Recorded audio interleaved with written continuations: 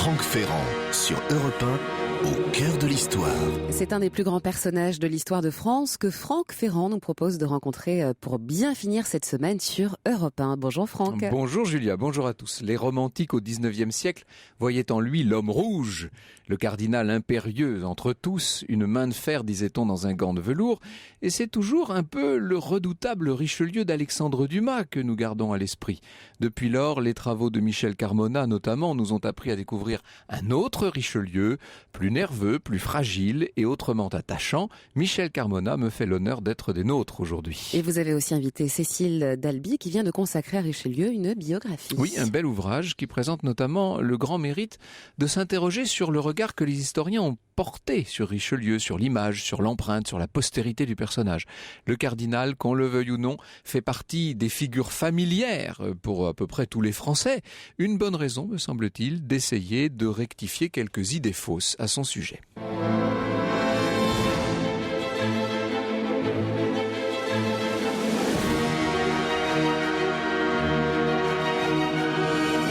De 13h à 14h sur Europe 1, au cœur de l'histoire.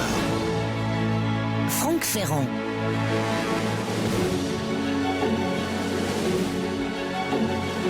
Le grand Corneille, l'auteur du Cid et d'Horace, a bien connu le cardinal de Richelieu puisqu'il a fait partie un temps de l'équipe des rédacteurs réunis par l'homme d'État pour écrire et pour versifier des pièces de théâtre sur des canevas que fournissait Richelieu. Eh bien, à la mort du cardinal, Pierre Corneille composa ce quatrain. Qu'on parle en mal ou bien du fameux cardinal, ma prose ni mes vers n'en diront jamais rien. Il m'a fait trop de bien pour en dire du mal, il m'a fait trop de mal pour en dire du bien. Ce qu'un libelliste anonyme a transformé en une cinglante épitaphe. Si j'y un fameux cardinal qui fit plus de mal que de bien, le bien qu'il fit, il le fit mal, le mal qu'il fit, il le fit bien. Très tôt. Du vivant même de Richelieu, sa stature hiératique et disons-le, la majesté de ce prélat ministre revêtu de la pourpre cardinalice, son caractère secret, son jugement d'airain, ses arrêts implacables, ont entretenu l'image d'un personnage froid jusqu'à l'inhumanité, dur jusqu'au monstrueux. Bien sûr, cette image ne ferait que croître et embellir dans les siècles suivants. On sait que Bonaparte, encore général, ne se séparait pas des mémoires du cardinal et de son testament politique qu'il prenait soin d'annoter lui-même. Alexandre Dumas, évidemment, devait forger pour les siècles un portrait à charge du personnage, portrait dont on retrouve l'écho sous des plumes a priori peu suspectes de partialité. Voici un portrait physique par Auguste Bailly, le grand jurassien.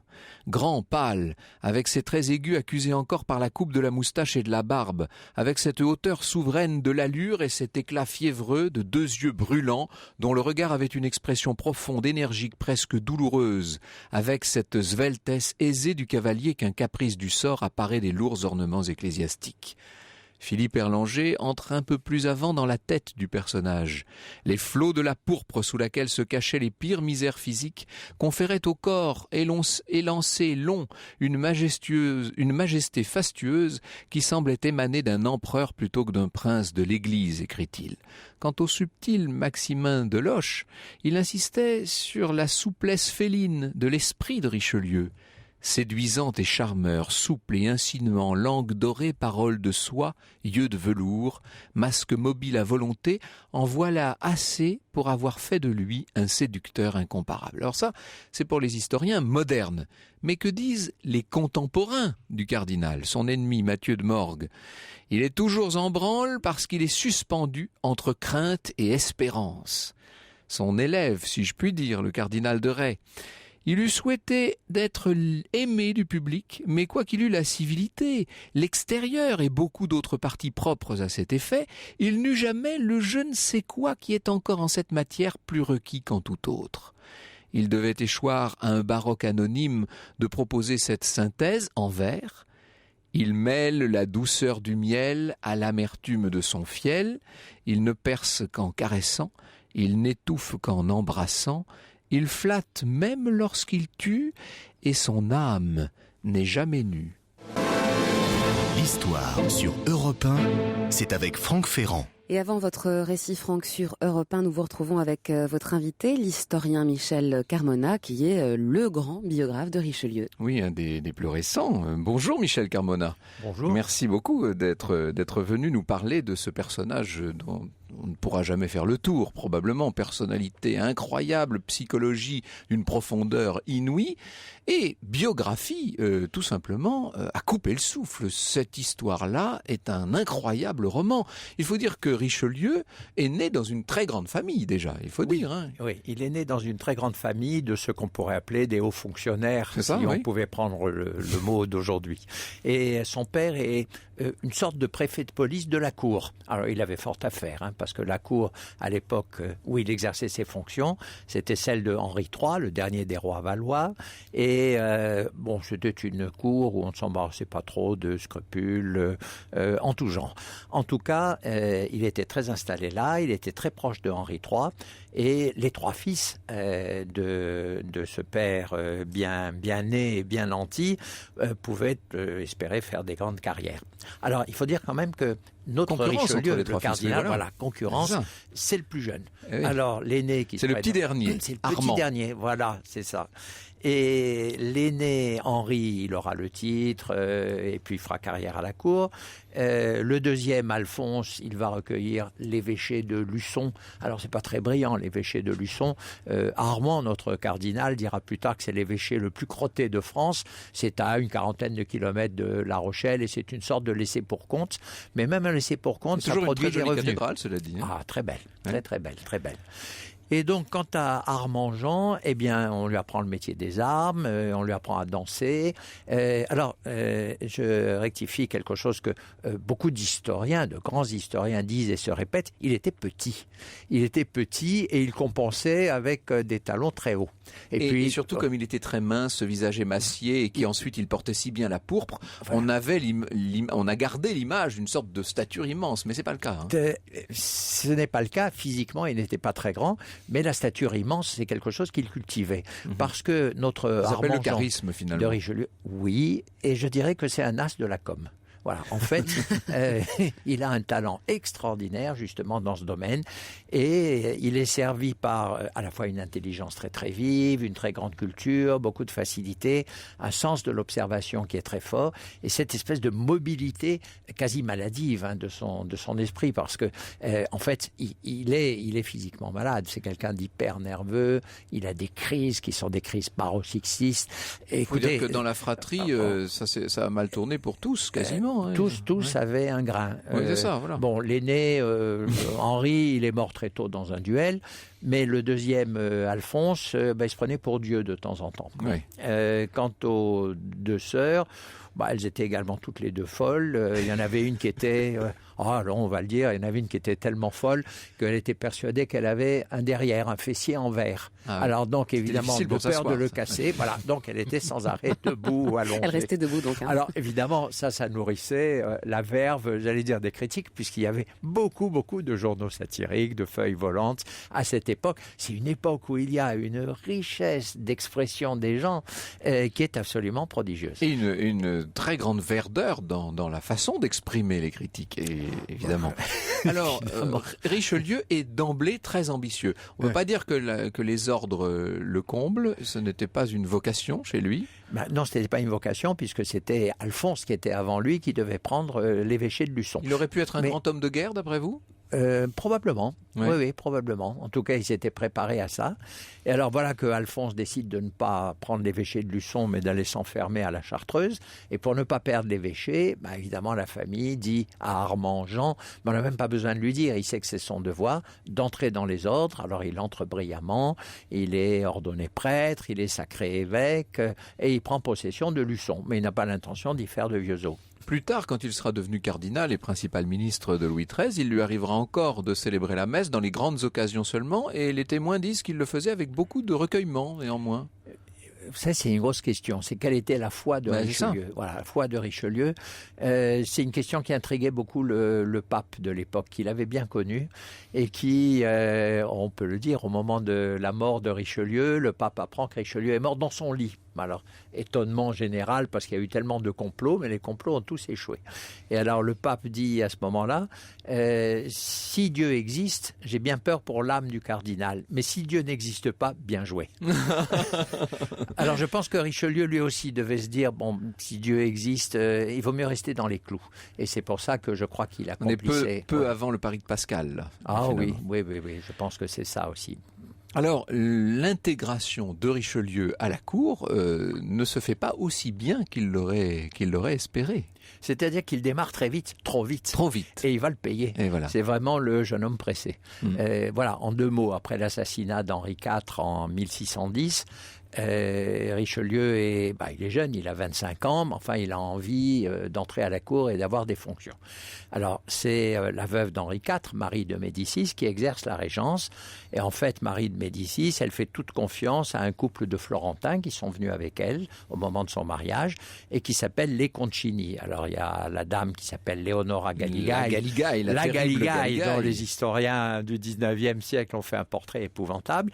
Et il y avait son mari, Concino Concini, qui était un maréchal d'Ancre, qui était, alors il y a un superbe livre de Vigny sur le maréchal d'Ancre, et il y a des occasions dans lesquelles on voit que Concino Concini, il avait le sens de l'État.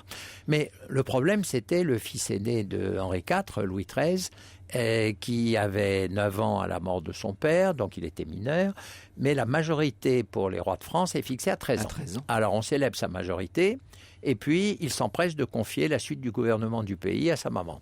Et sa maman le considère comme un benet, un imbécile. Et comme chez les Médicis, on a le poison facile et le couteau facile. On s'en est rendu compte il y a quelques jours, puisqu'on en parlait. Exactement. Voilà. Et Louis XIII, donc, laisse faire sa mère et Concini. Et Richelieu parvient à entrer dans le gouvernement de Concini à un poste très exposé, ministre de l'Intérieur. C'est le début d'une carrière dont le moins qu'on puisse dire est qu'elle ne sera pas aussi facile qu'on pourrait le penser. Europe 1, au cœur de l'histoire.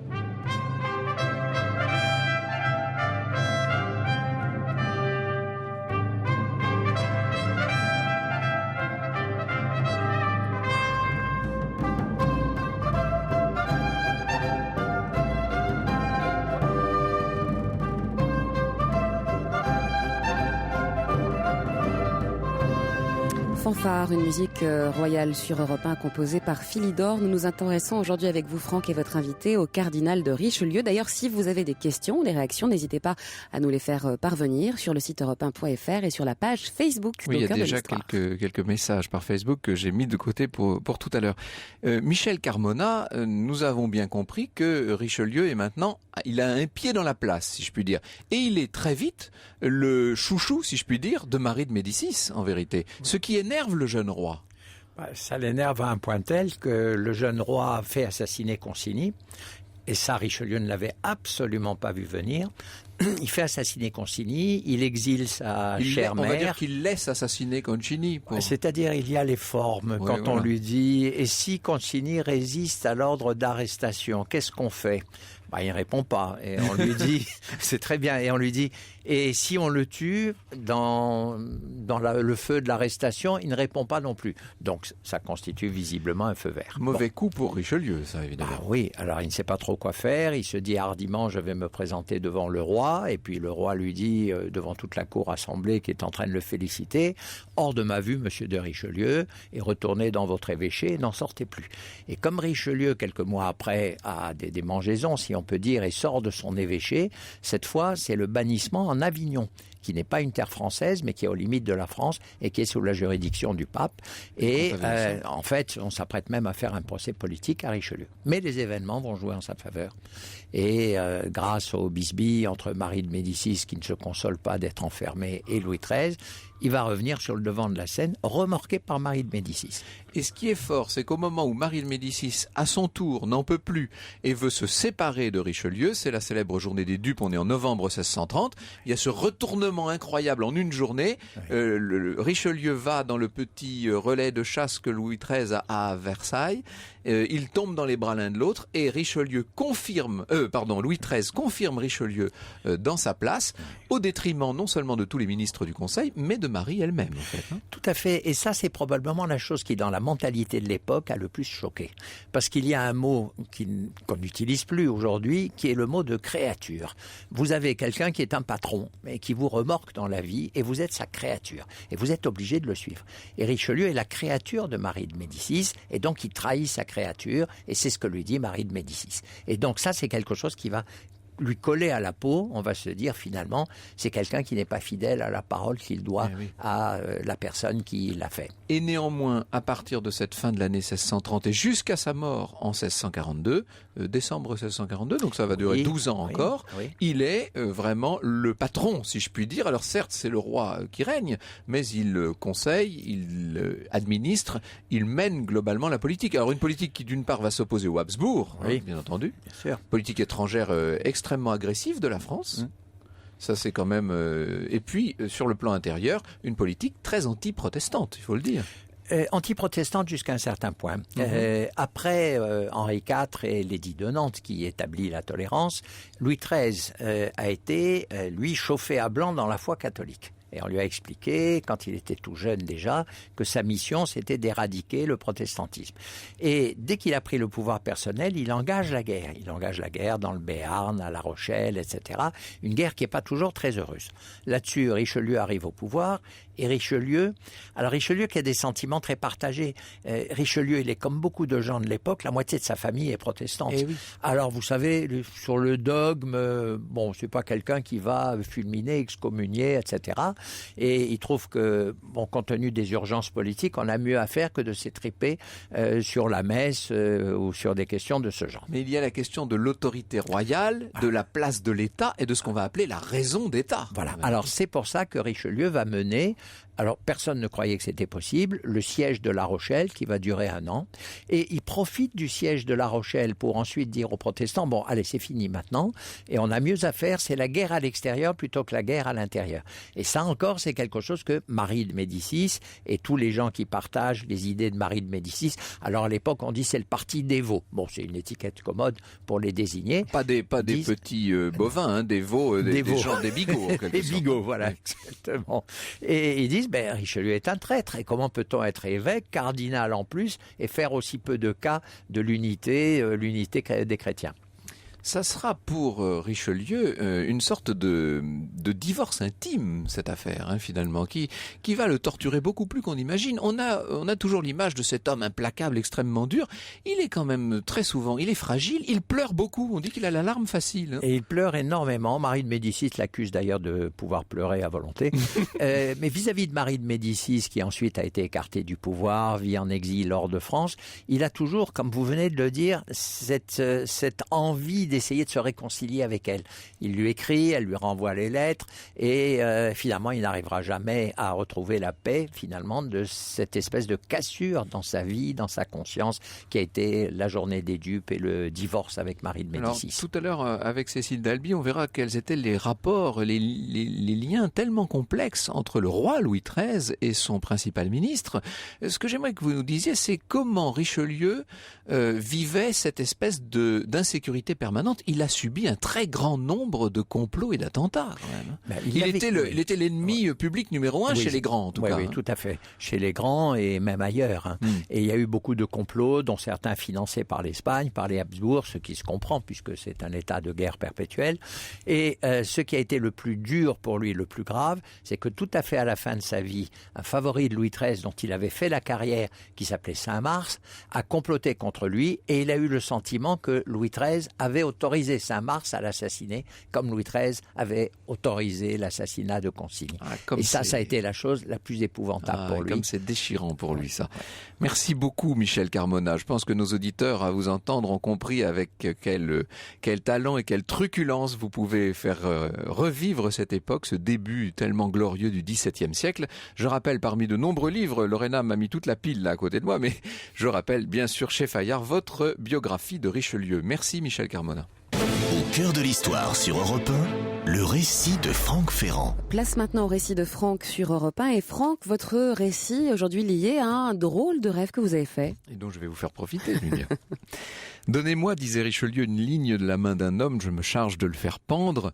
Lui-même a cependant beaucoup écrit, ou tout au moins il a beaucoup dicté à des secrétaires qui, paraît-il, s'épuisaient de sa prolixité.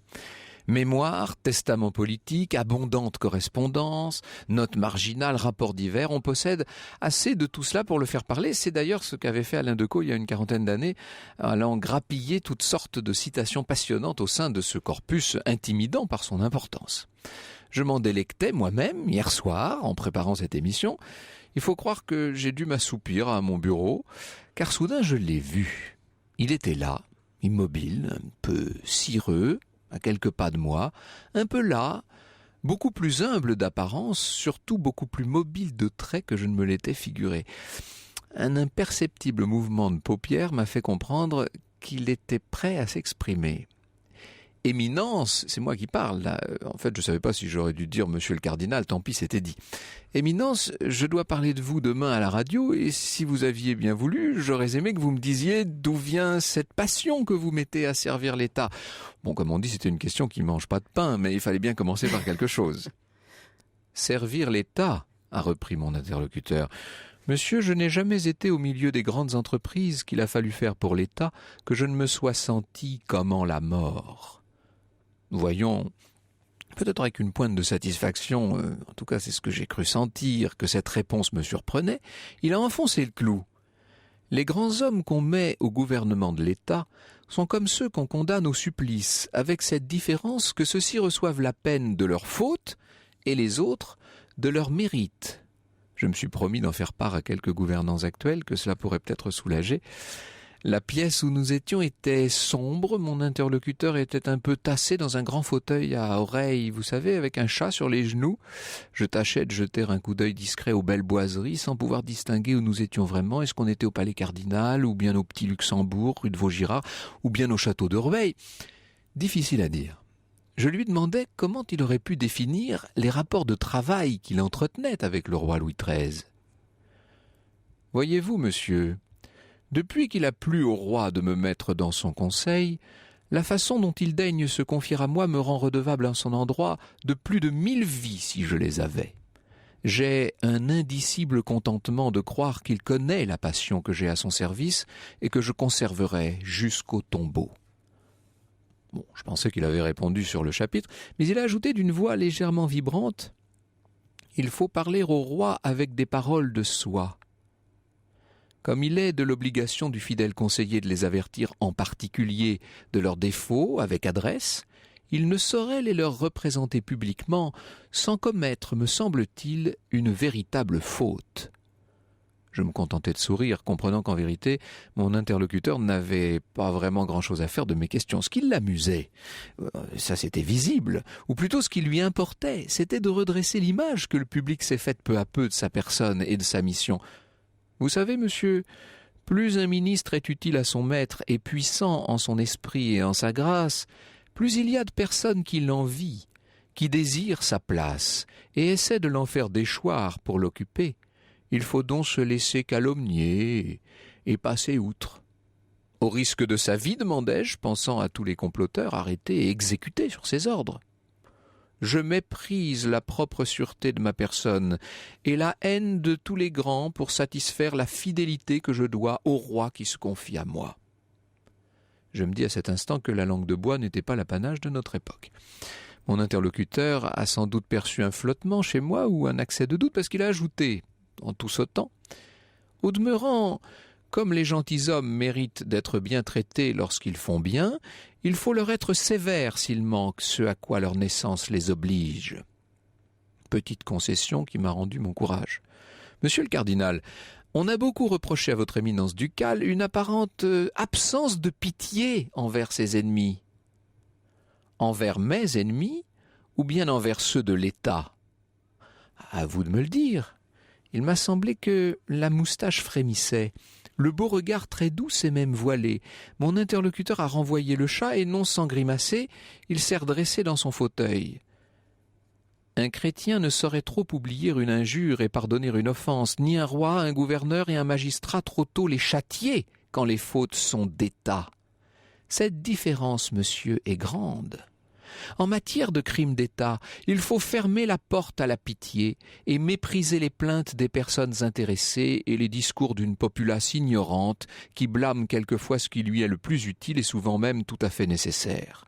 En plusieurs monopoles, factions et séditions qui se sont faites en mon temps dans ce royaume, je n'ai jamais vu que l'impunité ait porté aucun esprit naturellement à se corriger de sa mauvaise inclination, mais au contraire, tous sont retournés à leur premier vomissement et souvent avec plus d'effet la seconde fois que la première. Je fis une allusion un petit peu délicate à Saint-Marc et à De Thou. Il n'y eut jamais si grande conspiration que celle qui vient d'être découverte, me dit-il. En telles affaires de si grande importance, les soupçons légitimes doivent quasi tenir lieu de preuve ou bien en approcher. Les grands États ont de temps en temps besoin de rigoureux exemples, pour ne pas dire de violents exemples, afin de contenir par la crainte chacun en son devoir.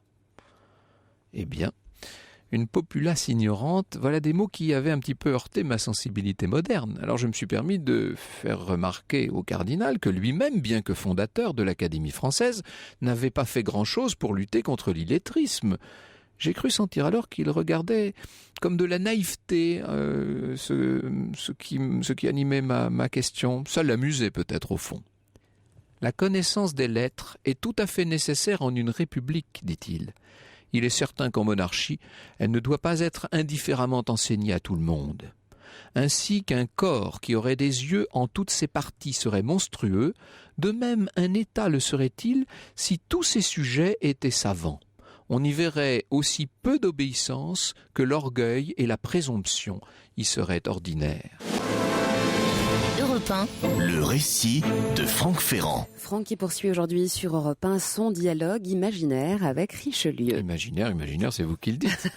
J'aurais dû vous prévenir, ce cardinal n'est pas à proprement parler un progressiste. Effectivement, pour lui, il vaut mieux que les lettres et la culture soient réservées à une toute petite élite. 7 à 8 collèges en France suffiraient amplement à entretenir le feu du temple, disait-il. Voici du reste ce qu'il m'a dit des femmes. De même que les femmes n'ont point de voix en l'Église, je suis de ceux qui croient qu'elles n'en doivent point avoir dans l'État. Il a dû sentir que j'allais protester, au moins pour la forme. « Croyez-moi », dit-il. Le naturel des femmes les porte plutôt à suivre leurs humeurs que la raison. Elles sont naturellement paresseuses et souvent peu secrètes. Si l'on considère encore qu'elles sont fort sujettes à leurs passions et par conséquent peu susceptibles de raison et de justice, le seul principe les exclut de toutes les administrations publiques. Il n'y a rien qui soit si capable de perdre l'État que les femmes. Je me suis redressé. J'ouvrais la bouche pour protester, mais il ne m'en a pas laissé le temps. Il avait un sourire assez figé, artificiel. Monsieur, serviteur très humble. Ça, c'était le signal, bien connu de tous les visiteurs du cardinal, signal de la fin de l'entretien. Monsieur, serviteur très humble, je n'avais plus qu'à rouvrir les yeux et à transcrire tout cela pour vous.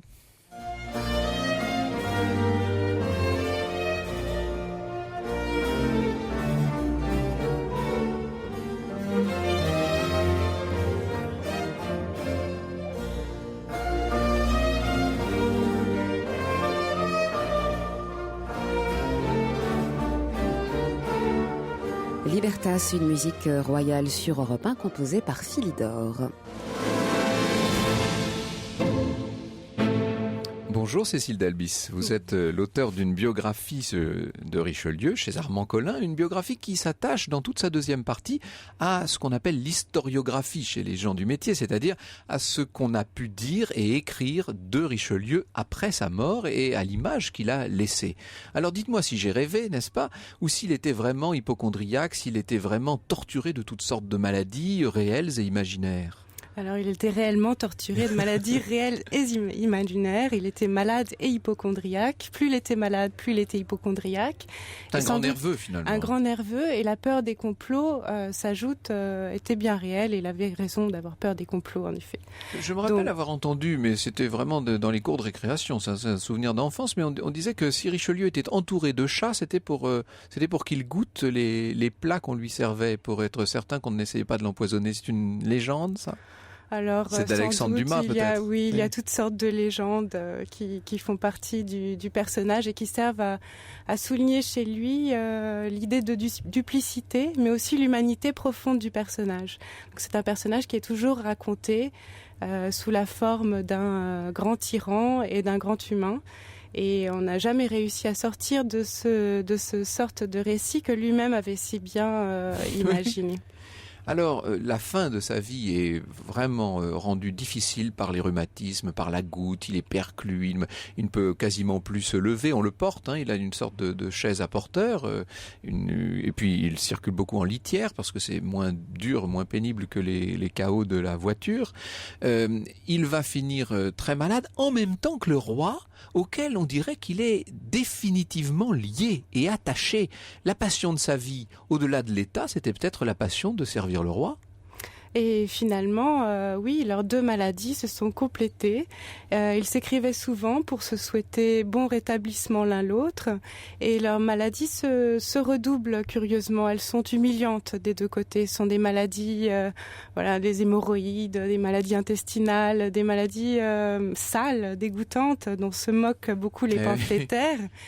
Et qui ont un vrai rôle politique. Là encore, elles servent à démontrer le service dévolu entièrement au bien commun, le martyr presque au service de la fonction ministérielle pour l'un, le martyr du roi. Et, le roi qui ne survivra pas longtemps à son ministre du reste. Et le roi meurt quelques mois après son ministre, en mai 1643, donc très peu de temps. Après, laissant la place à un nouveau régime qui va entièrement démolir ce qu'avait fait ce régime à deux. Et pourtant, c'était un homme de Richelieu, Mazarin, qui va devenir l'homme fort de ce nouveau régime, de cette régence d'Anne d'Autriche. Ça nous entraînerait peut-être un peu loin. Alors revenons à ce personnage d'Henri IV. On sait que l'un des ennemis, en tout cas, l'une des difficultés qu'il a eu à rencontrer, c'est avec la noblesse, bien entendu. C'est avec les grands, comme on disait à l'époque. Il lui a fallu la domestiquer, cette noblesse, et c'est elle qui, à plusieurs reprises, a failli avoir sa peau. Oui, absolument. Il en s'est fallu beaucoup de hasard, des victoires qui n'étaient pas du tout attendues, des bons coups joués au bon moment aussi. Et surtout l'entraînement du pays dans cette guerre étrangère sur tous les fronts, qui a dévié l'attention de la grande noblesse vers des terrains différents et qui a permis également de renforcer les institutions à l'intérieur du pays aux dépens de cette noblesse qui progressivement a perdu une grande partie de son pouvoir. Est-ce que la maladie qui a accompagné Richelieu, on peut dire pendant les 4-5 dernières années de son existence, ne faisait pas partie en quelque sorte, de cette espèce d'image qu'il voulait créer, justement? Est-ce que c'était pas un peu mis en scène, tout ça? C'est totalement mis en scène, et c'est ça qui est très intéressant, il me semble, pour la compréhension de la pratique du pouvoir en général à toutes les époques, parce que les politiques mettent toujours leur corps en scène d'une manière ou d'une autre. Et Richelieu a inventé sa fonction. Il a créé une fonction totalement nouvelle au sein de l'État. Il était obligé du même coup de se créer entièrement une marque de fabrique bien à lui et qui passe notamment par la maladie, qui est une mise en scène du martyr au service du roi, qui est une mise en scène également d'une sorte de duplicité dangereuse. Il faisait très peur. Il est étonnant de voir on se moque beaucoup de ces maladies qui sont, comme je le disais, dégoûtantes et absolument honteuses. Mais en même temps, ce n'est pas quelque chose qui l'affaiblit, au contraire. À la limite, plus il est malingre, plus on a l'impression qu'il n'est retenu à la vie que par un fil, et plus il fait peur. Oui. C'est quand même bien un tyran dont on parle. Est-ce qu'on sait de quoi il est mort exactement? Parce qu'au milieu de toutes ces maladies, évidemment, c'est peut-être difficile. Alors, il y a eu une autopsie, mais évidemment, selon les critères de l'époque, on sait que c'est une maladie pulmonaire, mais laquelle exactement est difficile de le dire. Et l'autopsie s'est surtout attachée à détailler l'ampleur de son cerveau, n'est-ce pas? Ah oui, pour expliquer d'où venait un si grand génie. Un si grand génie. c'est vrai que lui-même estimait être non seulement un grand homme d'État, mais il pensait être un intellectuel. On dit qu'il organisait des joutes de bons mots et des joutes d'esprit avec les gens comme Desmarets de Saint-Sorlin, etc., qui étaient les esprits les plus raffinés de son temps. Et dit Desmarets de Saint-Sorlin, non seulement il aimait beaucoup, il prenait beaucoup de feu, dit Saint-Sorlin, à ces jeux-là, à ces joutes, mais il importait beaucoup qu'il eût le dessus. Il fallait toujours qu'il domine, en fait. Oui, il a un sens de la hiérarchie extrêmement important et il s'est beaucoup servi de ses bons mots et de ses sentences qu'il resservait à diverses occasions et qu'il connaissait par cœur. Donc il devait être très très fort à ce jeu-là et les créatures qu'il avait autour de lui étaient là pour le flatter, pour le mettre en valeur, en quelque sorte. Pour le mettre en valeur. Alors, excite Richelieu, le voilà mort. Nous allons voir ce qu'après sa mort, il a laissé, aussi bien sur un plan politique que plus généralement dans la légende de l'histoire de France. L'histoire sur Europe 1, c'est avec Franck Ferrand. Avec votre invité aujourd'hui, Franck, sur Europe 1, Cécile Dalbis, qui vient de consacrer une biographie à Richelieu, disponible chez Armand Collin. Et cette biographie s'appelle tout simplement Richelieu. On aperçoit l'homme rouge qui est bel et bien rouge sur la couverture. Il y a quand même comme ça des espèces de tropismes dont on ne sortira jamais, je pense. Il restera pour les siècles l'homme rouge. Ce qui est étonnant, il faut quand même dire ça, Cécile Dalbis, c'est que on n'a aucune trace de Richelieu. Déjà, on a l'impression que tout ce qui le concerne disparaît, même ses propres maisons, en fait. Oui, y compris son corps lui-même. Son corps, déjà, oui. Oui, alors ses possessions ont très vite disparu, tout simplement parce qu'il n'avait pas de descendance directe. C'était un ecclésiastique, rappelons-le. Et ses petits-neveux ont été particulièrement dispendieux. Alors, il y en a un qui s'est fait retirer tous ses biens par le roi parce qu'il jouait trop au jeu. Et puis, le dernier, donc l'ami de Voltaire, qui était un somptueux personnage, a essayé de récupérer pas mal de choses, mais il n'y est pas parvenu Fronsac, totalement. Donc, hein. Qui sera le duc de Richelieu. Voilà, exactement. Et donc les biens ont fini par être vendus pierre par pierre après la Révolution. Le château, donc, alors, parce que ce qu'il faut dire, c'est que Richelieu s'était fait construire une sorte de Versailles à lui, à Richelieu, ça ne s'invente pas, donc dans une ville à son nom, qui se trouve donc en Indre-et-Loire. Hein, ça se trouve, voilà, ça dans se sa trouve région pas très loin de d'origine. Loudun, au nord de Loudun. Et ce château, aujourd'hui, n'existe plus du tout. Il reste 2 pavillons dans le parc. Oui, il ne reste absolument rien. La seule chose qui reste, c'est cette ville qui est somptueuse et qui est restée presque intacte puisqu'elle s'est endormie dès la mort de Richelieu. Il ne se passait plus rien, ce qui a suscité pas mal de sarcasme dans la période suivante où on voyait cette somptuosité laissée à l'abandon. Donc ça ressemble à la place des Vosges parisienne. Oui, c'est ça, c'est de ce style-là. À l'ampleur d'une ville et à part ça, il ne reste rien. Il ne reste rien de Rueil qui était magnifique, qui possédait des jardins baroques absolument somptueux. Voilà, il ne reste rien jusqu'à son tombeau qui a été vandalisé sous la Révolution, après ceux des rois à Saint-Denis, donc ce qui est très significatif.